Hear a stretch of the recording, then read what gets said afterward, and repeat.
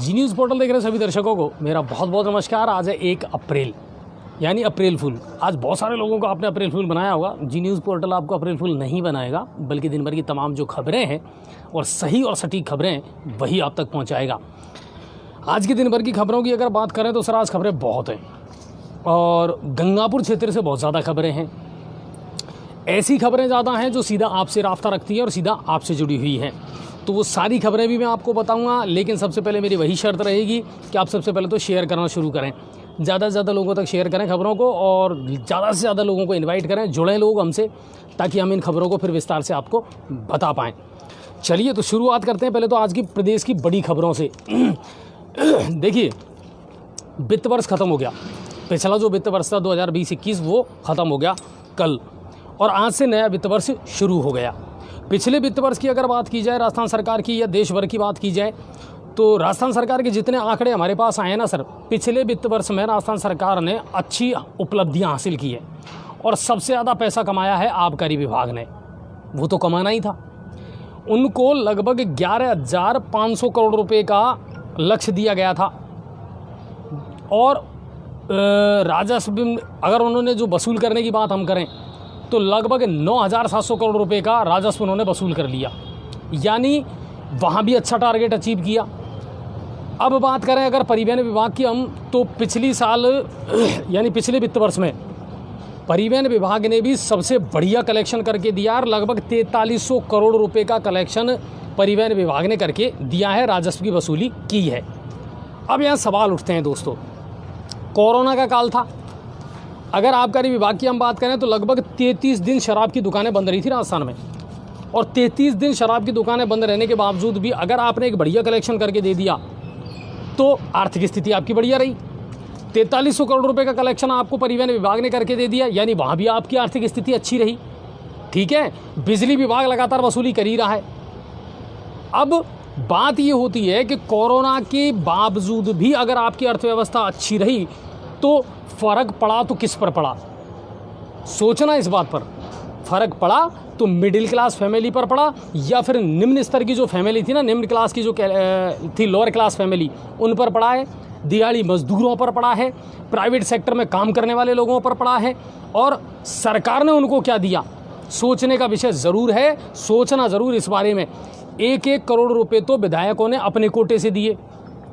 जनता का योगदान आप भूल नहीं सकते। कोरोना काल में भोजन पानी की जो व्यवस्था की है वो जनता ने करी है, भामाशाहों ने करी है, वहाँ भी राजस्थान सरकार का पैसा नहीं लगा।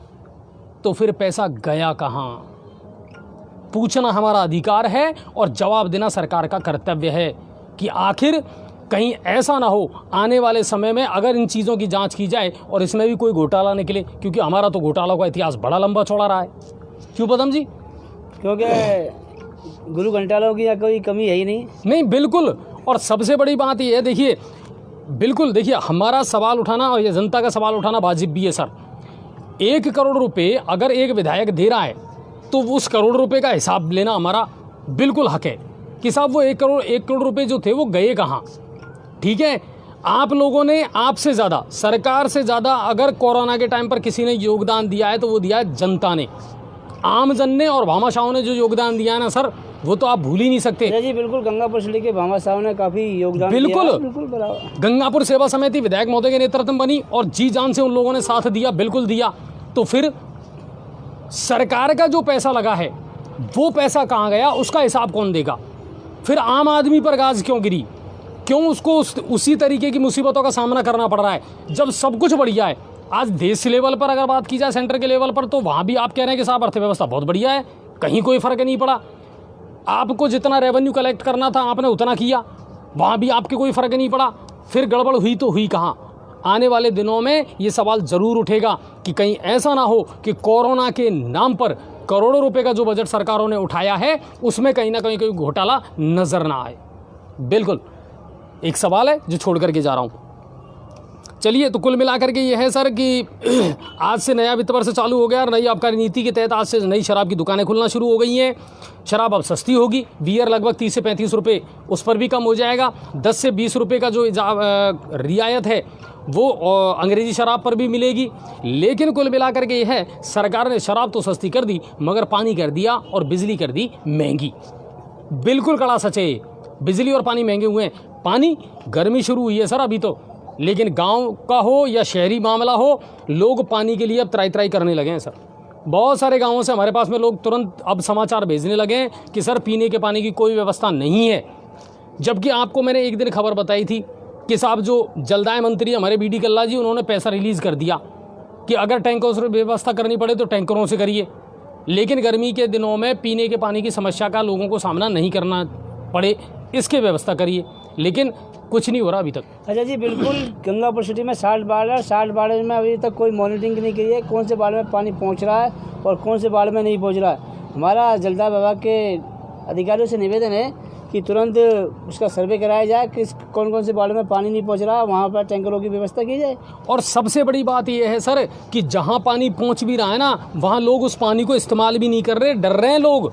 इतना गंदा पानी आ रहा है कि लोगों को ये डर लग रहा है कि सर कहीं इससे कोई हम संक्रमित ना हो जाएं, इससे और कोई नई बीमारी पैदा ना हो जाए। आदर्श नगर से आज हमारे पास वार्ड नंबर 46 से वीडियो आया था, बड़ा शानदार वीडियो था साहब। खैचू चला चला करके वो बेचारे पानी भर रहे थे, लेकिन पानी कैसे निकल रहा था आप खुद देख लेना उस वीडियो में, हमने पेज पे डाला है। वो जनता हमारे पास लगातार फुटेज भेजती है सर, और लगातार जनता की खबरों को हम हमारे पेज पर लगाते भी हैं। शराब सस्ती कर दी, लेकिन सबसे बड़ी बात है कि आदमी की जो मूलभूत आवश्यकता है ना सर, बिजली और पानी, उसको लेकर के सरकार ने क्या एक्शन लिया, ये भी सोचने का विषय ज़रूर रहेगा। और अभी तो मैंने अभी रिसेंटली एक खबर पढ़ी है कि साहब अब बिजली के बिलों में और इजाफा होने वाला है, लगभग 120 करोड़ रुपए की, 7 पैसा है ना, 100 कितने 12 करोड़ रुपए की अलग से, है ना, वसूली करेगा बिजली विभाग। 7 पैसा पर यूनिट, 7 पैसे पर यूनिट, और सरचार्ज लगा रहा है। हाँ, फ्यूल चार्ज लगा रहे हैं हर बिल पे अब 7 पैसे के हिसाब से। 1 महीने का। जब आपके पास सब कुछ कलेक्शन बढ़िया है साहब, तो क्यों आम जनता को मार रहे हो? मेरे तो ये समझ में नहीं आ रही। बातें आप बड़ी बड़ी कर रहे हो। आज से आपने, ठीक है हम मानते हैं, सीएम गहलोत ने कह दिया कि भाई बजट में जितनी घोषणाएं की है उनको लागू कर दो, होना चाहिए, लोगों को रियायत मिलनी चाहिए। एक और चीज़ की हम तारीफ करेंगे, आज से सीएम गहलोत की एक नई योजना शुरू हो चुकी है, चिरंजीवी स्वास्थ्य बीमा योजना। 5 लाख तक का इलाज आपको मुफ्त मिलेगा, 4.5 लाख तक तो मिलेंगे आपको गंभीर बीमारियों में, और 50,000 सामान्य बीमारियों तक का भी इलाज आप करवा सकते हो। राजस्थान के लोगों को ये एक बहुत बड़ी सौगात मिलने वाली है। कौन सी सौगात है? ये तो आयुष्मान योजना थी जो पहले चल रही थी केंद्र की, आपने इतने दिनों से लागू ही नहीं किया इसको। नाम चेंज, भामाशाह, हाँ बिल्कुल नाम चेंज कर दिया भाई, भाई बात आई ना। अब आबकारी नीति की बात चल रही है, तो इसीलिए कहूँगा कि शराब वही है, सिर्फ लेवल बदला है, और बाहर का जो टाइटल है ना वो बदला है आपने, और कुछ नहीं करा है इसमें तो। लेकिन चलिए, शुक्र है कि आपने उस योजना को लागू किया, और बहुत सारे परिवारों को इससे बहुत बड़ी हेल्प और रियायत मिलने वाली है सर, बहुत राहत मिलने वाली है, तो इसके लिए हम तारीफ़ करते हैं। लेकिन जो यक्ष प्रश्न है वो यही है कि जब रेवेन्यू कलेक्शन आपने बढ़िया कर लिया, आर्थिक स्थिति आपकी बढ़िया है, तो आम जन को मुसीबतों में क्यों धकेल रहे हो? क्योंकि बिल्कुल वसूली तो इन्हीं से कर रहे हो ना, आप वसूली इन्हीं से तो कर रहे हो। और कहाँ से आ रहा है आपके पास पैसा? जनता से टैक्स के नाम पर जो अलग अलग पैसा आप ले रहे हो ना, जनता तो दे रही है साहब, सुख पा करके दे रही है, चाहे दुख पा करके दे रही है, चाहे पीड़ा झेल करके दे रही है, पर दे तो रही है ना कलेक्शन आपको। ये बात है। अगली खबर है, राज्य में अब नए दुपहिया वाहनों और पुराने जो वाहन हैं उनके रजिस्ट्रेशन कराना अब सस्ता हो जाएगा। राजस्थान मोटरयान नियम 1990 में संशोधन को लेकर के सीएम ने मंजूरी दे दी है, ताकि अब ये चीज़ें सस्ती हो जाएं। मैंने पहले ही आपको बता दिया। पिछले वित्त वर्ष की अगर बात की जाए तो पिछले वित्त वर्ष में परिवहन विभाग ने 4300 करोड़ रुपए का राजस्व जो है वो कलेक्ट करके सरकार को दिया है, तो अच्छी उपलब्धि रही है आबकारी विभाग और परिवहन विभाग दोनों की। सीएम गहलोत ने अपनी बजट घोषणाओं पर अमल करते हुए प्रत्येक जिले के लिए, ये भी बड़ी इंपॉर्टेंट योजना है, सीएम नवाचार निधि की आज से शुरुआत कर दी है, और इसके लिए जिला कलेक्टर्स को अधिकृत कर दिया गया है। इसमें यह होगा कि पुरानी जो सरकारी योजनाएं चल रही है, यदि उनमें पैसे की आवश्यकता पड़ती है और वो शामिल नहीं है या उसका प्रावधान नहीं है, तो अब प्रतिवर्ष जिला कलेक्टर को 1 करोड़ रुपए दिए जाएंगे, ताकि वो इन नवाचारों के माध्यम से विकास के नए कामों को करवा सकें।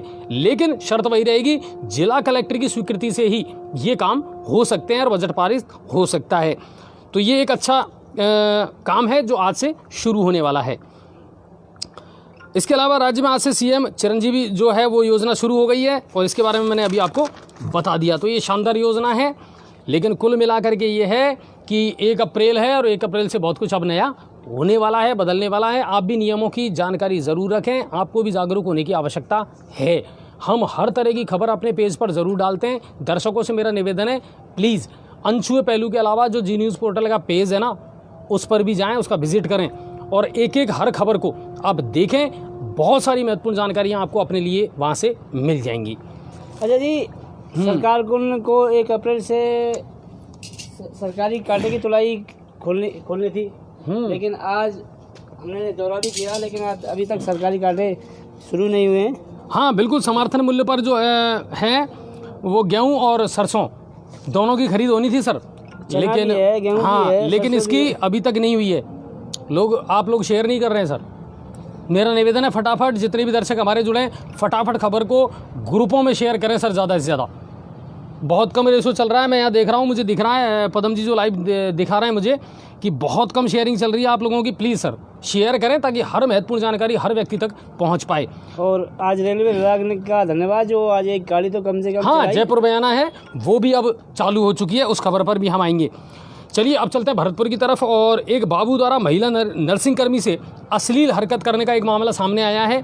सूचना मिलने पर सीएमएचओ भरतपुर ने बाबू को एपीओ कर दिया है और एपीओ के दौरान उनका मुख्यालय जो है वो पहाड़ी में रहेगा। और 22 मार्च की रात को आरोपी ने महिला नर्सिंग कर्मी से मदहोशी की हालत में इस घटना को अंजाम दिया था। एक और खबर आई, पुलिस ने आज 3000 के इनामी बदमाश रवि गुजर को न्यायालय परिसर बयाना से गिरफ्तार कर लिया है। आरोपी मोरौली का रहने वाला है, धौलपुर थाने के अंतर्गत ये आता है और चैनपुरा थाना गढ़ी बाजना में फिलहाल वो रह रहा था और प्रोटेक्शन वारंट पर पुलिस ने इसको गिरफ्तार कर लिया। इस पर 3000 रुपये का इनाम था। भरतपुर जिले में आज एक बार फिर खाकी को शर्मसार होना पड़ा। खाकी पर फिर दाग लगा और कैसे लगा वो मैं आपको बता देता हूँ कि एसपी ऑफिस में एक महिला ने कामा थाना प्रभारी कमरुद्दीन पर गंभीर आरोप लगाया है। मुकदमे में कार्रवाई के नाम पर दुष्कर्म करने का प्रयास किया गया था थाना प्रभारी कमरुद्दीन के द्वारा। और कमरुद्दीन पहले भी विवादों में रहे हैं सर, इसको लेकर के एसपी खुद मॉनिटरिंग कर रहे हैं और जांच कर रहे हैं। अब देखते हैं क्या सामने चीज़ निकल करके आती है। पुलिस का तो कहना ही क्या सर, कुछ जगह तो पुलिस इतना शानदार काम करती है कि सलाम करने का मन करता है। कुछ जगह ऐसी चीज़ें हमारे सामने आती हैं साहब कि बड़ा ताज्जुब होता है। परिवादी ने एफआईआर क्या लिखाई, एप्लीकेशन क्या दी, एफआईआर में क्या लिखा गया। नामजद आरोपी है, चालान पेश होने से पहले उसका नाम हटा दिया जाता है। इस पार्टी से भी पैसा ले लिया, उस पार्टी से भी पैसा ले लिया। और ये गलत नहीं कह रहा हूँ, मैं तथ्यों के आधार पर बात कर रहा हूँ।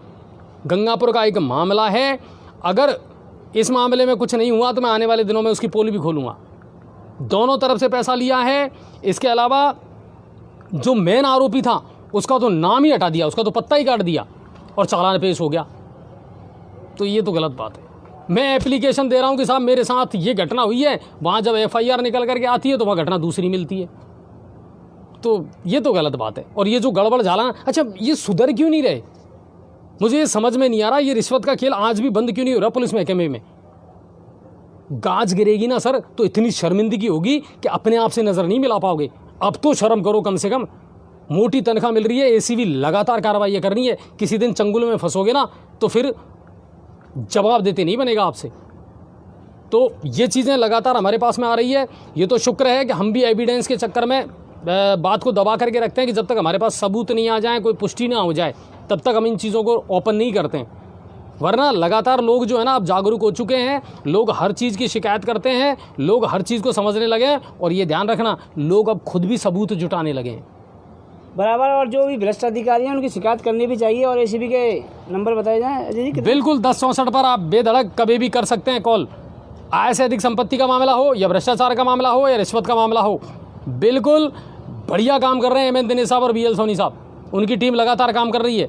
आज मेरे पास में उसका आंकड़ा भी आया था, मैं नोट नहीं कर पाया कि पिछले 3 महीने में 100 से अधिक कार्रवाइयाँ की है ट्रैप करने की एसीबी ने। और सबसे बड़ी बात है जी, अब बड़ी मछली को धरा जा रहा है। नहीं बिल्कुल ये सही बात है।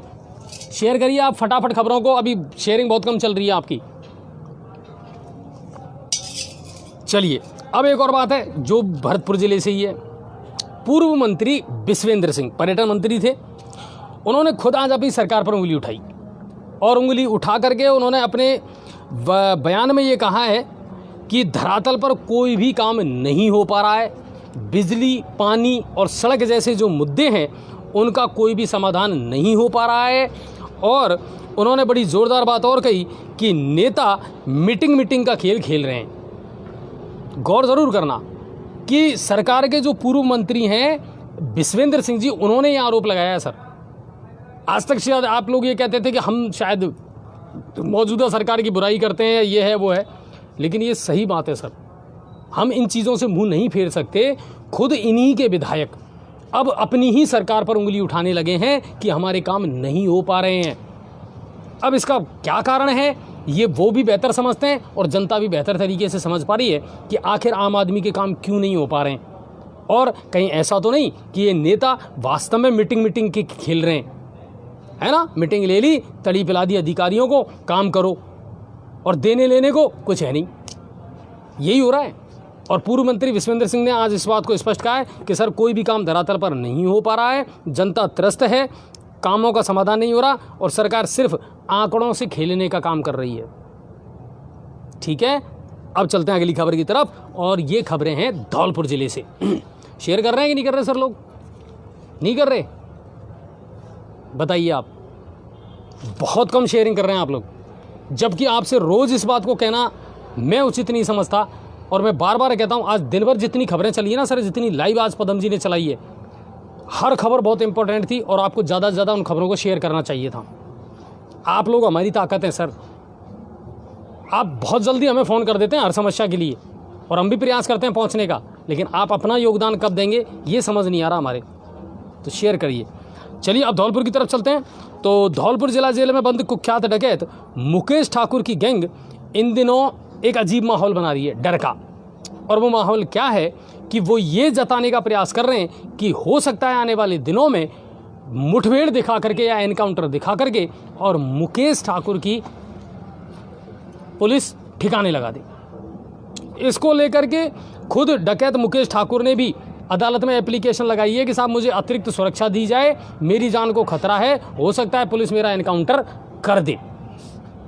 बताइए आप, जो लोगों की जान से खेलता था आज उसे खुद अपनी जान के लिए भीख मांगनी पड़ रही है। मौत का डर ऐसा होता है सर, काश आपने जिनको मौत दी उनकी आंखों में वो डर और भय देखा होता तो शायद आज ये दिन आपको ना देखना पड़ता। तो ये एक खबर धौलपुर से आई थी, सुरक्षा की गुहार लगाई है उसने। धौलपुर जिले से अगली खबर, कोरोना को लेकर के जिला प्रशासन अलर्ट है और कलेक्टर ने सावधानी बरतने के निर्देश दिए हैं। वहीं कलेक्टर ने कहा है कि 1 से 5वीं तक का यदि कोई विद्यालय चलता हुआ पाया गया तो उसके खिलाफ सख्त कार्रवाई की जाएगी, क्योंकि चोरी छुपे, हम भी कई बार इस बात को बता चुके हैं, बहुत सारे स्कूल हैं जिनके बारे में हमारे पास खबर आ रही है कि वो चोरी छुपे छोटे बच्चों को स्कूलों को अभी भी संचालित कर रहे हैं। अच्छा, कक्षा 6 से 8 तक के स्कूलों को लेकर के मैंने कल भी स्पष्ट कर दिया था, आज मैं फिर स्पष्ट कर देता हूँ। इसको लेकर के सरकार ने जिला कलेक्टर्स को पावर दिए हैं कि जिला कलेक्टर मॉनिटरिंग करेंगे। अगर उनको लग रहा है कि हमारे यहाँ उतने सिम्टम्स नहीं हैं कोरोना के, तो चल रहे हैं तो चलने दो गाइडलाइन के साथ, और अगर मामला गंभीर है तो जिला कलेक्टर चाहे तो स्कूलों को बंद करने के निर्देश या आदेश जारी कर सकते हैं।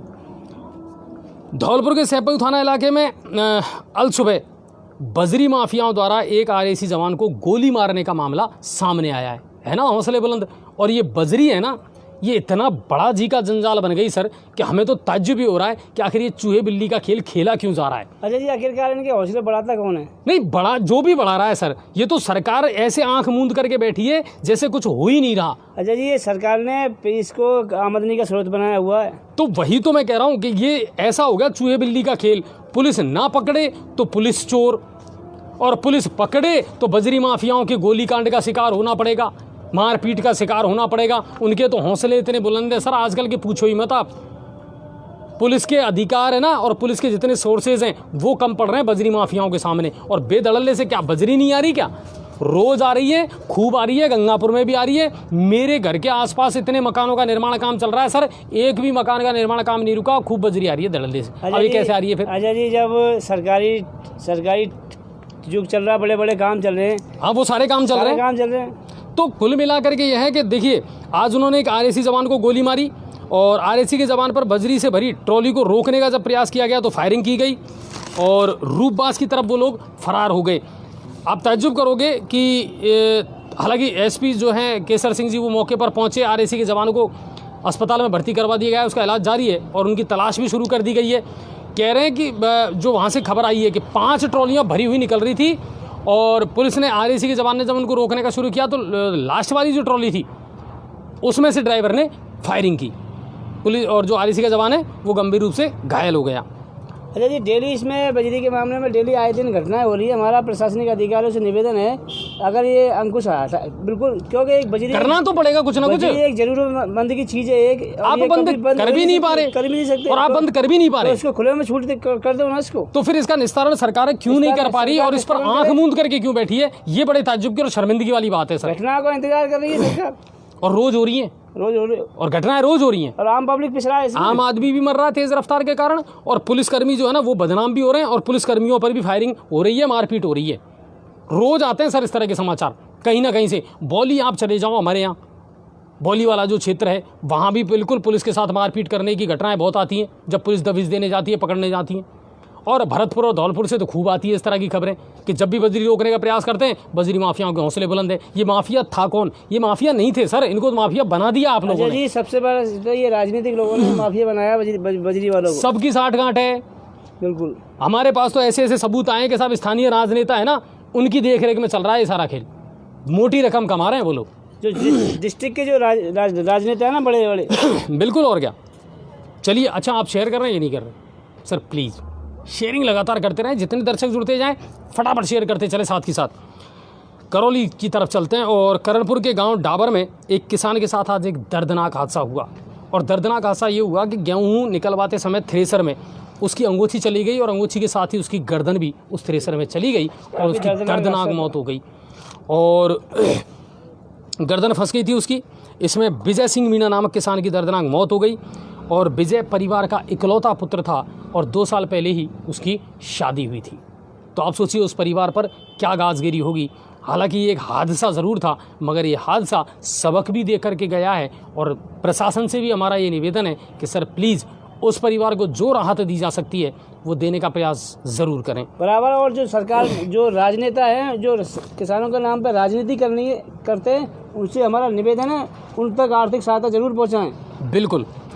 चलिए करौली से अगली खबर। हिंडौन सिटी के बंदागापुरा फुलवाड़ा में आपसी विवाद के चलते 2 पक्षों में जम करके लाठी बाटे चले और झगड़ा हुआ और इसमें दोनों पक्षों के 10 लोग घायल हुए हैं जिनमें कुछ महिलाएं गंभीर रूप से घायल थी जिनको जयपुर रेफर कर दिया गया है और सदर थाने में इसका मामला दर्ज हो गया है। पुलिस मामले की जांच कर रही है।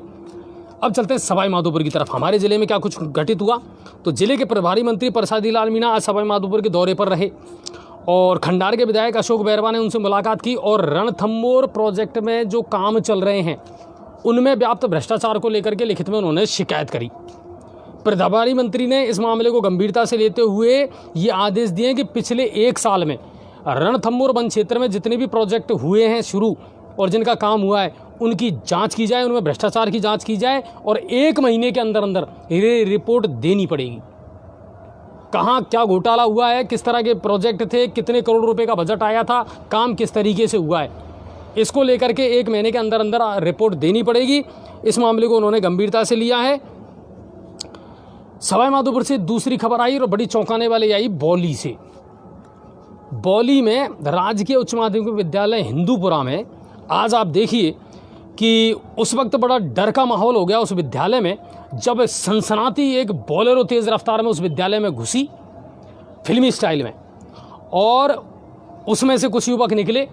बोलेरो में हथियार भी थे और जो युवक निकले उन्होंने शराब भी पी रखी थी और किसी लड़की के बारे में उन्होंने जानकारी ली और फिर सनसनाते हुए वहाँ से निकल गए। पूरे विद्यालय में डर का माहौल बन गया, स्टाफ में भी और विद्यार्थियों में भी। बौली पुलिस को सूचना दी, बौली पुलिस तुरंत मौके पर पहुंची लेकिन उससे पहले वो लोग तो वहाँ से हो गए फरार। सीसीटीवी फुटेज खंगाले गए और वो जो 5 व्यक्ति थे उनमें से एक की पहचान भी कर ली गई है।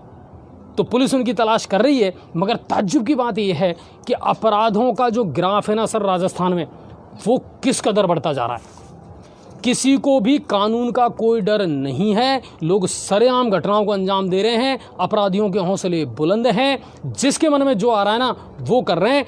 आम आदमी सहमा हुआ और डरा हुआ है और पुलिस की जो भूमिका है ना वो अब संदिग्ध ज़्यादा से ज़्यादा नज़र आ रही है। अच्छा जी, जब तक अवैध नशे के कारोबार पर अंकुश नहीं लगेगा ये वारदातें बढ़ती रहेंगी नशे पे कैसे लगेगा साहब अंकुश? नशे से तो उनको इतनी इनकम हो रही है कि मत पूछो। आबकारी विभाग ने बढ़िया पैसा कमा करके दिया गहलोत सरकार को, और अब भी देखो आप, बियर सस्ती कर दी, शराब सस्ती कर दी। अजय जी शराब तो और फिर इसके अलावा इसमें चरस, गांजा, अफीम, इनका क्या होगा? इनसे कौन सी सरकार को आमदनी हो रही है? इसमें से चरस अब से कहीं ना कहीं तो गड़बड़ घोटाला है ना सर, इसमें भी कहीं ना कहीं तो है। आखिरकार प्रशासन की क्या मजबूरी है जो इनको चलवा रही है? नहीं बिल्कुल, और सबसे बड़ी बात यह है कि पुलिस की जो भूमिका है ना सर, वो संदिग्ध नजर आ रही है। अगर पुलिस वाकई में हर फरियादी की फरियाद को सुने, गंभीरता से ले और उस पर सख्त एक्शन ले, तो कानून का डर तो कायम होगा। मैं अभी आपको क्या बता रहा था, FIR ही बदल जाती है सर। या तो अजय जी जो डिस्ट्रिक्ट सवाई माधोपुर की ये CID फैल है करती, कहाँ ये इसमें एक बिक्री है, कहाँ बिक्री है, क्या उनको पता नहीं है?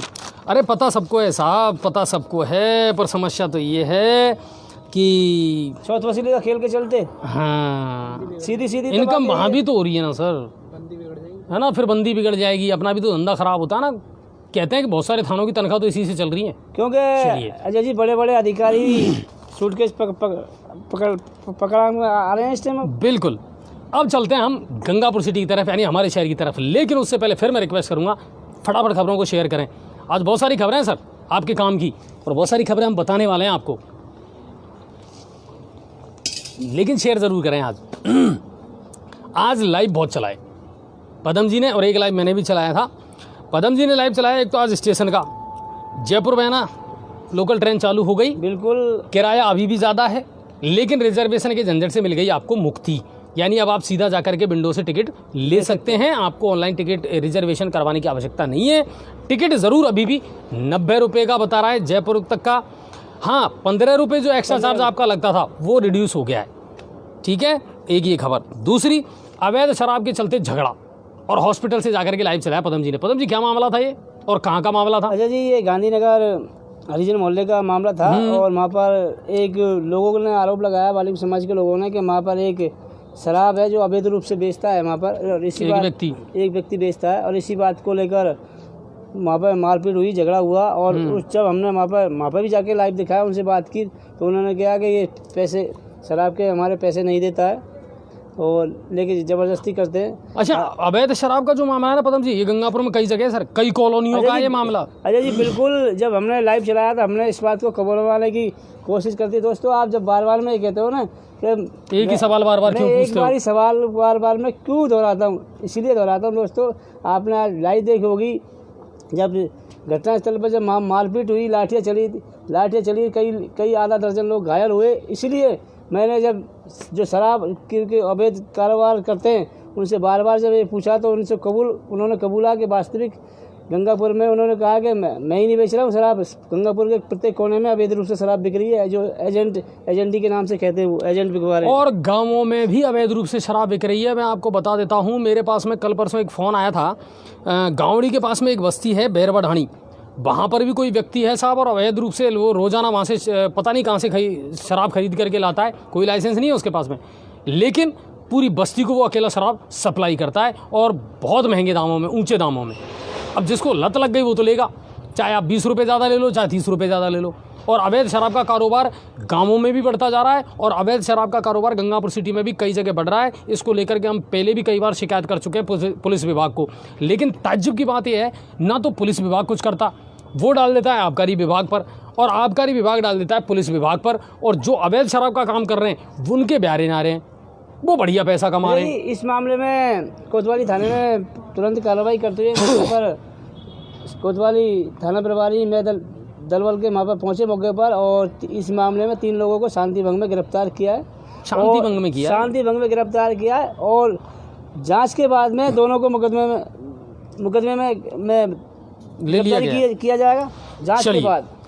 तो ये है, एक मैंने आपको दिखाया था आज सैनिक नगर से शराब के ठेके का विरोध, ये खबर मैंने कल भी चला दी थी। 1 अप्रैल है, नए शराब की ठेके खुल रहे हैं साहब, तो जहाँ आबादी है, जहाँ लोग विरोध कर रहे हैं, वहाँ करेंगे भी। ये तो हर वर्ष होता है, जहाँ भी ऐसी जगह है कि आबादी क्षेत्र है, आसपास स्कूल है, मंदिर है, महिलाओं का आना जाना है, तो वहाँ तो शराब का ठेका नहीं खुलना चाहिए। इसका हम भी विरोध करते हैं, और बिल्कुल उन महिलाओं ने आज वहाँ बड़ा अजीबोगरीब मामला देखने को मिला कि वहाँ फर्नीचर का जो काम कर रहे थे ना, वो बेचारे अपनी जान बचा करके वहाँ से भागे, क्योंकि पूरी महिलाएं घुस गई उस दुकान में जहाँ फर्नीचर सेट हो रहा था, और उन्होंने शटर खींच दी। सबसे ज़्यादा महिला को ही इसका सामना करना पड़ता है। अच्छा, पुरुष इसका विरोध क्यों नहीं करते? पुरुष तो पुरुष है नहीं, और फिर पुरुष को तो शायद ये भी लगता है, पुरुष तो कई बार ये भी खुश होते हैं कि बढ़िया, पहले दूर लेने जाना पड़ता था, अब नज़दीक खुल गई तो यहीं से ले लेंगे। चलिए, joke is the part, but महिलाओं ने विरोध किया और शायद हो सकता है वो आजकल में ज्ञापन भी दें एसडीएम को इसको लेकर के। और सैनिक नगर का ये मामला है। आगरा बांदीकुई रेलवे जो लोकल है वो ट्रेन भी अब आज से शुरू हो चुकी है। तो आगरा और बांदीकुई के बीच में जो लोकल ट्रेन चला करती थी वो भी आज से विधिवत रूप से शुरू हो जाएगी। नांदोती के बरदाड़ा में गोलीकांड हुआ था, हमने लाइव दिखाया था। उसके आरोपी संजय मीणा को पुलिस ने गिरफ्तार कर लिया है, लेकिन नांदोती पुलिस ने 3 दिन के पुलिस रिमांड पर उसको ले लिया है। इसके अलावा आज उसकी निशानदेही पर हथियार भी बरामद कर लिए हैं। खेत में बने कुंडे से 2 खाली वेपन और इसके अलावा 4 जिंदा कारतूस भी पुलिस ने बरामद कर लिए हैं। तो नांदोती पुलिस ने आज ये कार्रवाई की है। गहनोली, यस, शायद मेरे ख्याल से कोयला के पास वाला जो गहनोली है उसी की थी। वहाँ से आज हमारे पास में अपडेट आई थी सर कि वही आगजनी की घटना, एक गरीब किसान का आशियाना भी जला और उसकी गेहूं की फसल भी जल करके नष्ट हो गई। कारण क्या थे वो ज़रूर स्पष्ट नहीं हो पाया। शायद मेरे ख्याल से बिजली का ही कोई मामला था कि ऊपर से वहाँ से 11 के भी गुजर रही थी और स्पार्किंग के चलते ये हादसा हुआ है। लेकिन कुल मिला करके है कि उस किसान की जो कमाई थी ना सर, वो जल करके नष्ट हो गई और उसका आशियाना जल करके नष्ट हो गया। इस खबर को आप हमारे पेज पर देख सकते हैं। तो गहनोली से मामला आया था। हमारा सरकार से निवेदन है उस किसान की ज़्यादा से ज़्यादा आर्थिक नहीं, मदद बिल्कुल किसान की भी आर्थिक मदद करें। और ये बिजली विभाग वालों से वो कहते हैं साहब कि ये सर्दियों में और बरसातों में क्या करते हैं, जब मेंटेनेंस क्यों नहीं करते लाइटों का? ये लाइनें जो दिख रही हैं यार, मेंटेनेंस के नाम पे आप करोड़ों रुपए लेते हो, तो आपको ये नहीं दिखता क्या गर्मियों में क्या होने वाला? 21वीं सदी के हिंदुस्तान में अभी भी हम इन चीज़ों के लिए आश्रित बैठे हैं ना। हमारे पास अभी भी ऐसी सुविधाएं नहीं है कि हम स्पार्किंग है, शट डाउन है या ट्रिपिंग की जो समस्याएं हैं उनसे लोगों को निजात दिला पाएँ। नहीं दिला पाते क्योंकि हम वसूली में ज़्यादा लगे हैं साहब। चलिए, आवारा सांड बने जी का जंजाल। पदम जी, आज आपने लाइव दिखाया था और वो बड़ी खतरनाक सिचुएशन थी। कल भी दिखाया था वो महिलाओं के साथ में जो किया गया था। अजय जी, तो क्या करें इनका? अजय जी, गंगापुर सिटी में काफ़ी वारदातें बढ़ रही है। आवारा जो ये डिजार हैं, सांड के हैं, नंदी के हैं या गोवंश के हैं, और इसके चलते नगर परिषद ने एक कदम भी उठाया था, लेकिन वो तो हवाबाजी हो गया। कुछ लोगों के विरोध के बाद में इसको बंद करना पड़ा और नगर परिषद से इसको शीघ्र ही शुरू करे। अच्छा, अब वो लोग कहाँ गए? अब पालो नहीं होगा इनको, रोटी देने के लिए चाहिए ना कोई आपको? भी नजर नहीं आ रहा अजय जी। सबसे ज़्यादा जो आम पब्लिक जो मर रही है, घायल हो रही है। रोज का कांड हो गया सर। और ये जब बीच बाजार में या भीड़ वाले इलाकों में जब लड़ते हैं ना सर, तो इनको बचाना भी बड़ा मुश्किल हो जाता है। और ऐसे में जो इनकी जद में आता है ना, वो भी कहीं ना कहीं इनका शिकार हो जाता है। अजय जी, और राजस्थान सरकार ने भी खाली थोती घोषणा कर रखी है, प्रत्येक जिले के अंदर नंदी गौशाला खोली जाएगी, लेकिन अभी तक वो कागजों में ही चल रही है। नहीं, बिल्कुल 2.5 साल से वो तो ऊपर सरकार को हो गए। चलिए, तो आवारा सांड जो हैं या आवारा गौवंश जो है ना, वो जी का जंजाल अब गंगापुर सिटी में बनते जा रहे हैं। नगर परिषद से हमारी रिक्वेस्ट है इस पर कार्रवाई। घायल व्यक्ति हुआ जो नर्सिंग कॉलोनी का पवन जी थे। कितनी उम्र है उनकी? करीब उनकी 60-65 साल की उम्र है और बुरी तरह से उनको फेंका गया और उनके जान के बीच में। उनके साथ ये घटना कहाँ पर हुई है? जान के ये महेश टाकीज के पास की ये घटना है और बुरी तरह से उनको कई टाके लगाने पड़े उनके। तो ये मौत का कारण बनते जा रहे हैं। नगर परिषद आयुक्त से भी हमारा निवेदन है और सभापति महोदय से भी हमारा निवेदन है, सर प्लीज़, बातें और वादे बहुत हो गए। अब धरातल पर अगर कुछ कर सकते हो तो कर लो, वरना अब हमारी, अगर मेरे से आप पूछो ना, तो सिचुएशन वर्तमान में ये नज़र आ रही है कि पार्षद भी सुस्त पड़ गए और सभापति और उपसभापति महोदय भी सुस्त नज़र आ रहे हैं। मेरे को तो कुछ हो नहीं रहा, क्योंकि वो खुद ये कह रहे हैं कि साहब बिना बजट के मैं करूं तो करूं क्या। ये मेरे भी समझ में नहीं आ रहा कि चाहता बहुत कुछ हूँ करना, इरादे बहुत हैं, मगर करें कैसे। और ये तो हमने बहुत पहले कह दिया था साहब आपसे कि इतना आसान नहीं होगा जितना आसान आप समझ रहे हैं। चलिए, शीतला माता का मेला जो है वो रद्द कर दिया गया है और नगर परिषद ने आज वहाँ बैरिकेटिंग लगा दी गई है, टेंट वगैरह लगा करके जगह को सील कर दिया है। पदम जी ने लाइव दिखाया था। पदम जी, बिल्कुल अजय जी, जो गंगापुर सिटी में ट्रक यूनियन के पास में शीतला माता का मेला भरा करता था, अब वो कोरोना की भेंट छिड़ गया है और सरकार की गाइडलाइन के चलते मंदिर को चारों तरफ से पैक कर दिया गया है, उसमें कनात लगा दिया गया और रात से ही पुलिस व्यवस्था भी वहाँ पर कर दी गई है। कुल मिला करके अपने घरों में ही ठंडा लपटा खाएं, कड़ी खाएं, पकौड़ी खाएं और घर में ही सेलिब्रेट करें, वहीं पे भोग लगाएं और वहीं पे भोग लगाएं। चलिए, नगर परिषद के अस्थायी कर्मचारियों ने आज चक्का जाम कर दिया। चक्का जाम करने का ये था, उनकी बहुत सारी मांगें थी, बीमा है, मेडिकल क्लेम है, 10,000 रुपये उनकी कम से कम सैलरी होनी चाहिए, पीएफ आदि की मांग को लेकर के। दोस्तों रोड का चक्का जाम नहीं किया है और नहीं, अपने कामों का, अपने वाहनों का चक्का जाम बिल्कुल किया है। बिल्कुल। ऑटो डिपर है, जेसीबी है, ट्रॉलियां हैं, चला के आज कचरा भी नहीं उठाए और उनको बाहर ही नहीं निकलने दिया है, बिल्कुल विरोध के चलते। तो और ये आम दिन की बातें हो गई सर, अब ये रोजाना की बातें हो गई। लगातार कहीं ना कहीं ये लोग पहले भी, अभी कुछ दिन पहले भी दिखाया था कि अपनी मांगों को लेकर के उस वक्त भी उनको आश्वासन दिया गया था। बराबर पिछले साल भी इन्होंने ज्ञापन दिया था, माननीय एसडीएम साहब को भी दिया था, माननीय स्थानीय विधायक गंगापुर सिटी को भी दिया था कि उन्होंने कहा कि हमारी सैलरी बहुत कम है और इसको बुलवाया जाए। तो माननीय विधायक महोदय ने पिछले साल उनसे वादा किया था कि इस बार तो ठेका दे दिया, लेकिन अगली बार हमें ध्यान दिलाना।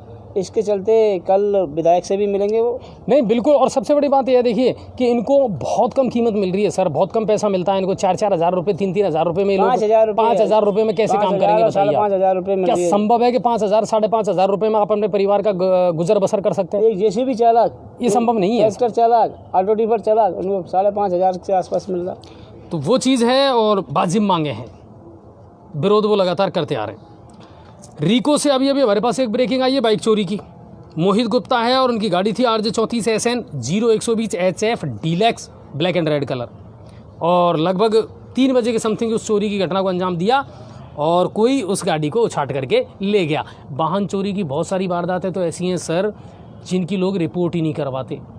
और नहीं, गंगापुर में अगर डीपली जा कर के देखा जाए ना क्राइम का रेशो, मोबाइल लूट, मोटरसाइकिल लूट, है ना, किसी के साथ मारपीट हो जाना, स्मैक का कारोबार, ये ऐसा मामला चलता जा रहा है सर कि ये पूरा शहर है ना धीरे धीरे ऐसा बनता जा रहा है जैसे बहुत बड़ा, जैसे बॉम्बे में सुना करते थे ना पहले, वो सिचुएशन होती जा रही है। जिस तरह से जी पहले कोटा में क्राइम हुआ करता था, हाँ, वैसा गंगापुर में होता जा रहा है। खत्म हुआ गंगापुर में। अच्छा, इसके लिए सिर्फ पुलिस प्रशासन ही जिम्मेदार नहीं है सर, लोग भी जिम्मेदार हैं, कोचिंग संस्थान भी जिम्मेदार हैं। बार बार कहने के बावजूद भी मकान मालिक अभी तक अपने किराएदारों का कोई वेरिफिकेशन नहीं करवा रहे हैं। कोचिंग संस्थानें अपने स्टूडेंट्स की जानकारी पुलिस थानों में दे ही नहीं रही हैं। वारदात करके और आरोपी जो है ना, जो बदमाश हैं, वो फरार हो जाते हैं।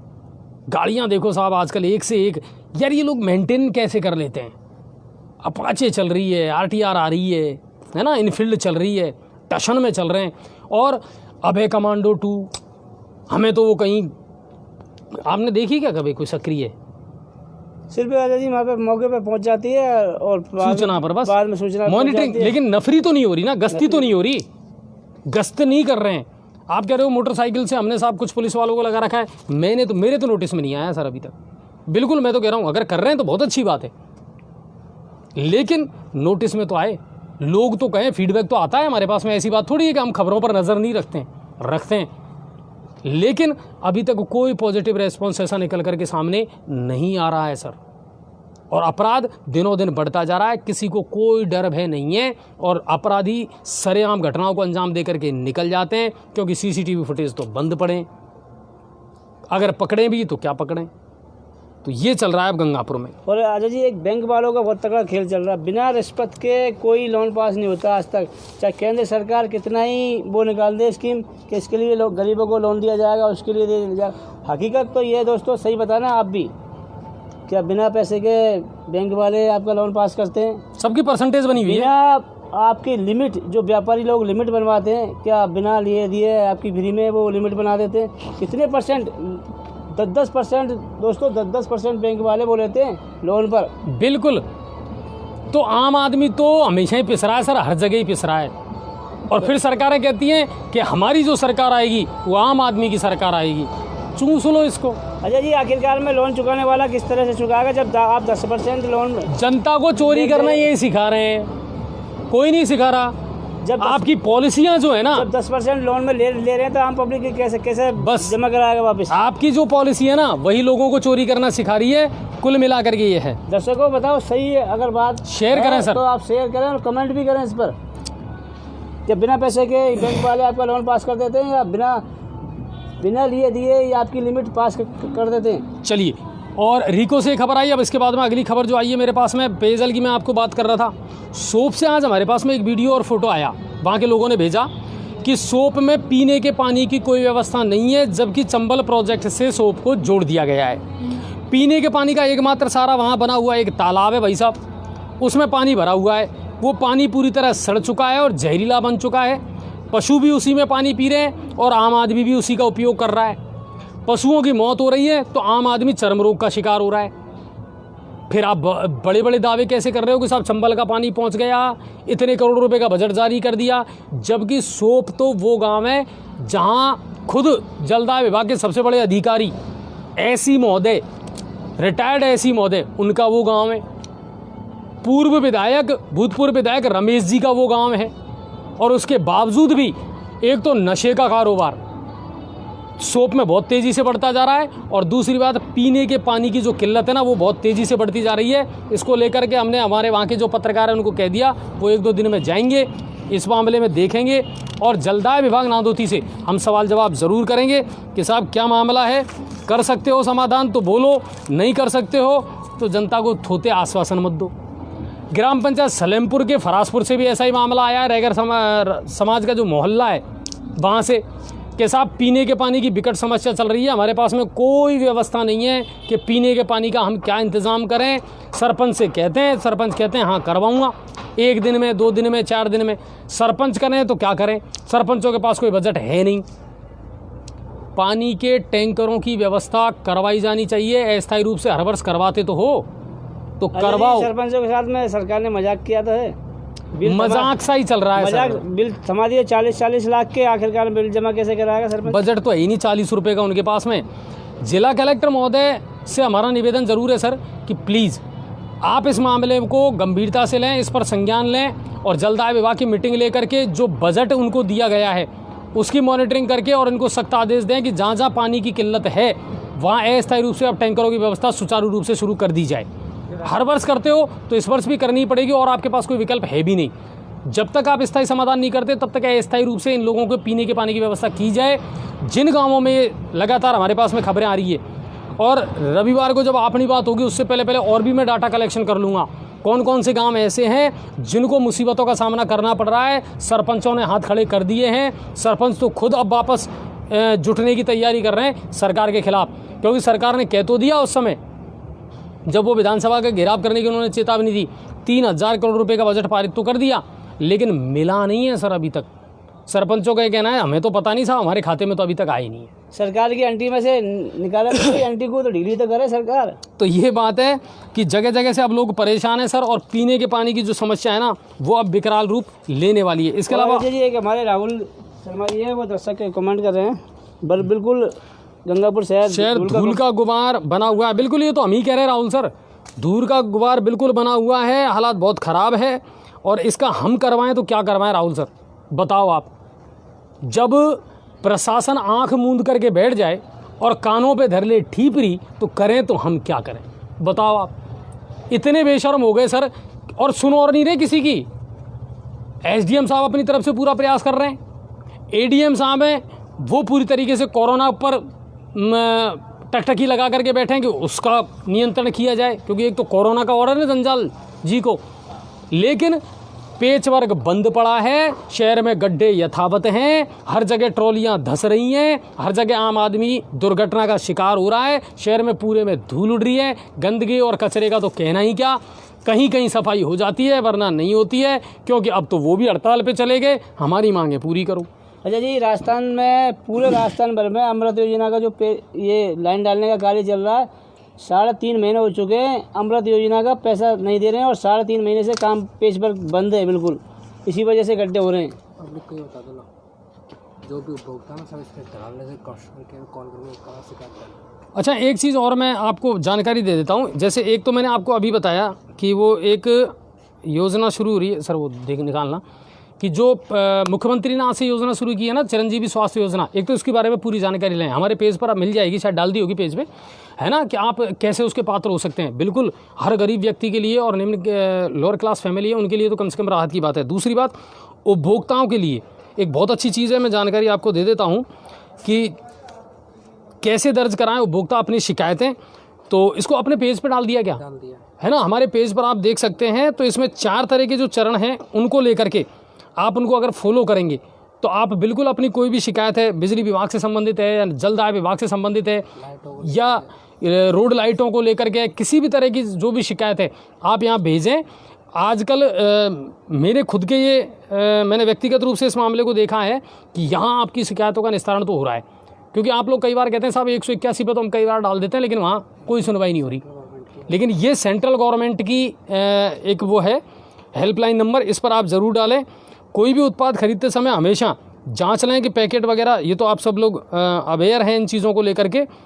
तो मैं आपको एक बार फिर से इस बारे में बता देता हूँ। अच्छा, इसमें कोई टोल फ्री नंबर भी है शायद, है ना, टोल फ्री नंबर है, वो भी मैं आपको बता देता हूँ कि राष्ट्रीय उपभोक्ता, ये सेंट्रल की जो हेल्पलाइन नंबर है उसके मैं बता देता हूँ 14404, ये नंबर है, मैं एक बार फिर बता देता हूँ 14404। या तो इस पर आप कॉल करें या फिर 1800-11 और 4000 इन नंबरों पर आप शिकायत करके और अपनी जो समस्या है वो आप दर्ज करवा सकते हैं। ऐप भी है और इसकी ऐप भी है, NCH और उमंग, हाँ NCH और उमंग, 2 ऐप हैं, उसको भी आप डाउनलोड करें शिकायत डाल। और बिल्कुल आपकी जो समस्या है ना उसका समाधान ज़रूर होगा। देखिए, आम आदमी चाहता क्या है, मेरी कोई सुने और मेरी समस्या का समाधान हो जाए, यही तो चाहते हैं। लोग कमेंट कर रहे हैं जो अपने अभी खाता बैंक से आजकल सर आहार बैंक में कम से कम 10% तो मांगते ही हैं लोन के लिए।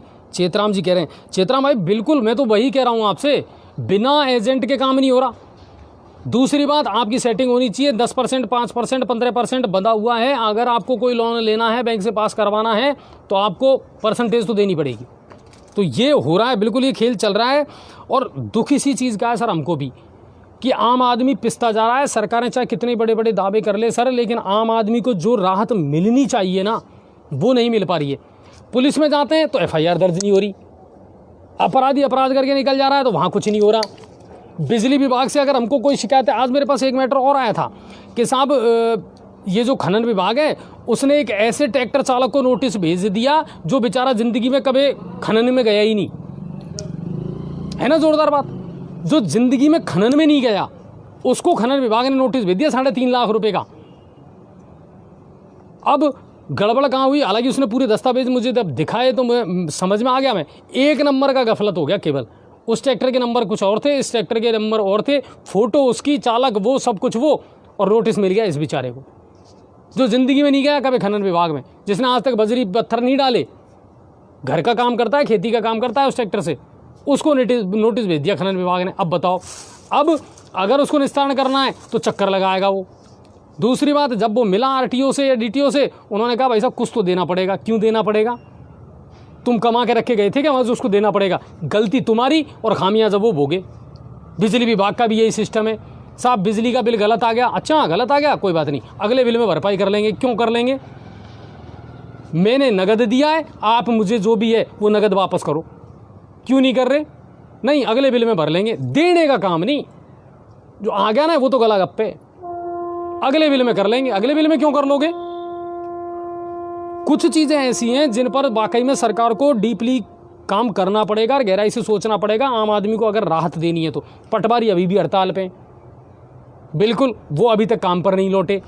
रेवेन्यू के, राजस्व के जितने काम हैं वो सब अटके पड़े हैं। अब किसान को गिरदावरी बनवानी पड़ेगी अगर समर्थन मूल्य पे अपना गेहूं सरसों बेचना है तो। अब सरकार ने कह दी अब किसान खुद ही अपनी रेवेन्यू बना लेगा। जब सारे काम हम ही कर लेंगे तो इनको तनख्वाह क्यों दे रहे हो, या फिर उनकी सुनवाई पूरी कर दो। मतलब आप देखिए कि जो मुख्य मुद्दे हैं ना वो तो कहीं खो जाते हैं आम आदमी के। FIR जो लिखते हैं ना, उसे FIR की भाषा को देखना आप कभी, तुम्हारे हमारे तो समझ में ही नहीं आवे। इस तरह की वो भाषा है, इस तरह के शब्दों का उसमें प्रयोग किया जाता है ना, वो समझ में ही नहीं आती। शुद्ध हिंदी में बढ़िया आराम से सिंपल भाषा में लिख दो ना, मैं भी पढ़ सकूं, आप भी पढ़ सकें, आप भी समझ पाओ और मैं भी समझ पाऊँ। नहीं, वही मुगलिया सल्तनती भाषा चली आ रही है अभी तक। अब इतनी उर्दू, इतनी अरबी, इतनी फारसी सीखो तब जा करके आप समझोगे FIR में क्या लिखा हुआ है। तो ये बहुत सारे ऐसे मुद्दे हैं सर जिन पर अगर ध्यान दे देना सरकार, तो लोगों को तो वैसे ही बहुत कुछ रिलैक्स मिल जाए, बहुत कुछ राहत मिल जाए। लेकिन भाई बात है सर, करे तो करे कौन? बिल्ली के गले में घंटी बांधे तो बांधे कौन? सरकारें तो आंकड़ों में खोई हुई है। हमने क्या किया? कभी किसी बड़े अधिकारी से जब पूछते हैं ना हम कि सर अपराध बहुत तेज़ी से बढ़ते जा रहे हैं, वाह फरवरी में तो कम थे, आपने तो फरवरी गिना दी, मार्च में बढ़े वो नहीं, उसको नहीं मान रहे हैं, फरवरी में कम थे उसको गिना रहे हैं। हम ये नहीं कहते कि अपराध पूरी तरह ख़त्म हो सकते हैं, सवाल ही नहीं। जहाँ अच्छाई है वहाँ बुराई है, वो तो होंगे, अपराध तो होंगे, समाज बढ़ेगा तो अपराधी भी बढ़ेंगे।